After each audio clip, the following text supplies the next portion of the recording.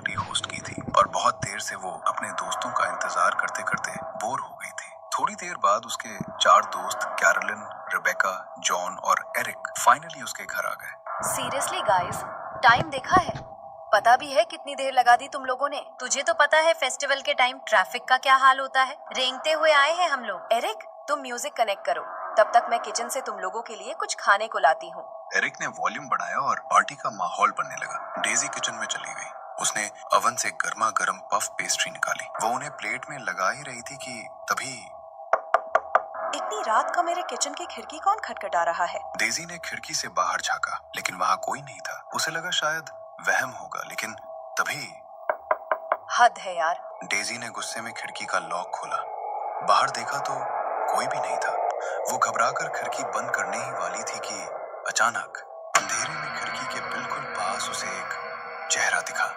Santa Claus के कपड़ों में एक आदमी जो उसे घूर रहा था। पलक झपकते ही वो चेहरा गायब हो गया।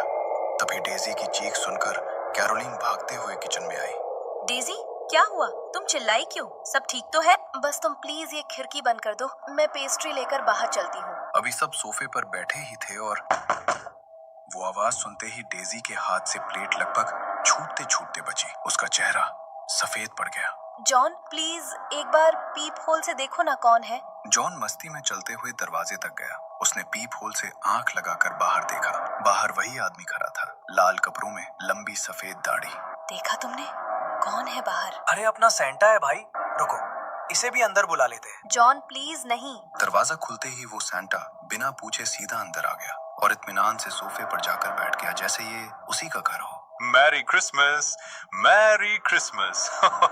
बाकी सब तो ऐसे चिल थे जैसे कोई पुराना जिगरी दोस्त आया हो, लेकिन डेजी, उसकी तो जान हलक में अटकी हुई थी। वो सैंटा उसे ऐसे घूर रहा था जैसे शिकार को ताड़ रहा हो। क्या बात है डेजी, चेहरे का रंग क्यों उड़ा हुआ है? तुम्हें देखकर तो लग रहा है जैसे तुमने कोई भूत देख लिया हो। अब सैंटा से मिले हैं तो बिना गिफ्ट लिए तो मैं तुझे जाने नहीं दूंगी। गिफ्ट तो सबके लिए है, लेकिन डेजी के लिए कुछ स्पेशल है। डेजी, तुम अपना गिफ्ट अभी नहीं, सबके जाने के बाद अकेले में खोलना। मेरे लिए स्पेशल क्यों? मैं तो तुम्हें जानती भी नहीं हूँ यार। जानती हो, बहुत अच्छे से जानती हो, और मैं भी तुम्हें रग रग से जानता हूँ। बस अभी पहचान नहीं पा रही, लेकिन थोड़ी देर में सब याद आ जाएगा। सैंटा ने अपने थैले से एक एक करके गिफ्ट्स निकाले और कैरोलिन, जॉन और एरिक को दे दिए। सब खुश थे, लेकिन फिर उसने एक बड़ा सा बॉक्स निकाला। उसका रैपिंग पेपर बहुत पुराना और गंदा लग रहा था और उसमें से सड़ी हुई